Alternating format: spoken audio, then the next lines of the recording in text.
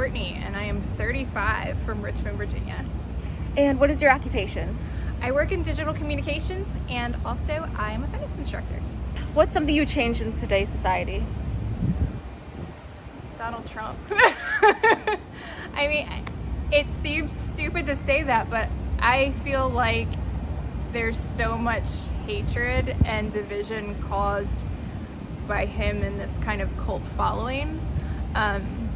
That's so not how I was raised or how I believe, and I try not to judge people at all, but I judge people on who they are as a person, and I think he's just making it very hateful of a nation, and unfortunately it's spreading and it's making us not care about each other, and so many people not wearing masks, and I feel like they kind of are hearing him talk about it or whatnot, and I kind of see that as a big slap in the face to people who don't want to wear masks. I know I'm not wearing one right now, obviously, so you can see me talking, but it's a slap in the face. It's saying I don't care about other people, and I think we need to get back to that very core and basic human instinct of taking care of each other and being kind to each other. What does diversity mean to you? Diversity is acceptance of people exactly as they are, and knowing that we're all equal, we all care, we all love, and operate in similar ways and deserve the same compassion and acceptance. What's some advice you'd give your younger self? Be easier on yourself. I think the love and the patience that we show so many other people, we really struggle to show ourselves. I'm definitely guilty of that, and I think just acknowledging when you're having a hard time, it's okay to go through that, and you'll be stronger at the end of it.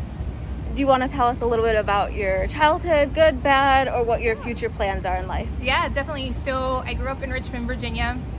Still there, never left. Went to college there at VCU, both undergrad and graduate school. Growing up, just me and my mom, dad, and my sister. I have one older sister. It was a great childhood. I grew up as a dancer, doing basic things and trying to really excel at school. I thought everyone was really excited about school. Turns out it was usually just me. I loved to read. I would fall asleep reading books every night, and my sister would have to turn the lights out for me. But I was also really an introvert, and I think that's something they didn't talk about a lot growing up. It's more commonplace now.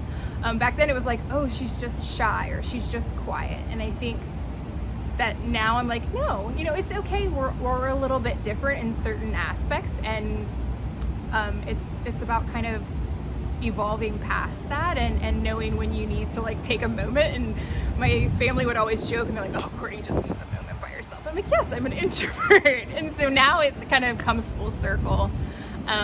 In my life now, I'm excited to do many jobs. I'm trying to do a lot of fitness on the side. Digital communications is my day job, but I do fitness on the side.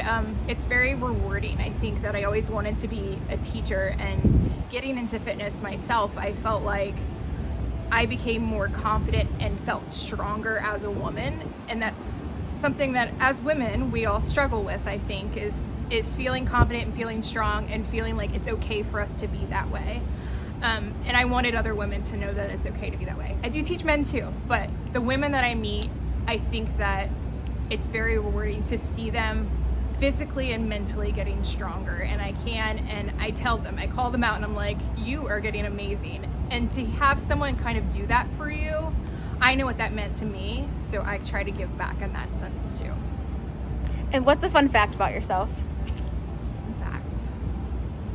Oh man. I love dogs. I don't know if it's a fun fact, but I'm kind of like that crazy dog lady, if you could have one. I am definitely smiling at your dog, not you. if some guy's like, I'm checking you out. No, I'm looking at your dog. I would have as many dogs as I possibly could, and if it was legal and I could, and it was I could keep them safe and all of that, I would just try and give all of the shelter dogs a home. I tried to volunteer at shelters growing up, and I just wanted to take them all home, and my parents wouldn't let me.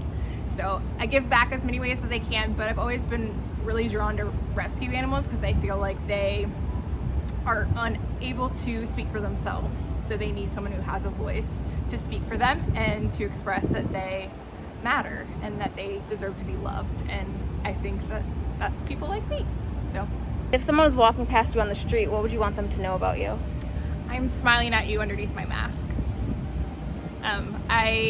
Sometimes I have like a resting sad face, and I've really been working on it, and now I have to cover it with a mask, and I'm like, I hope you know that I'm smiling. So I find myself really smiling with my eyes more. But yeah, I'd like to share that.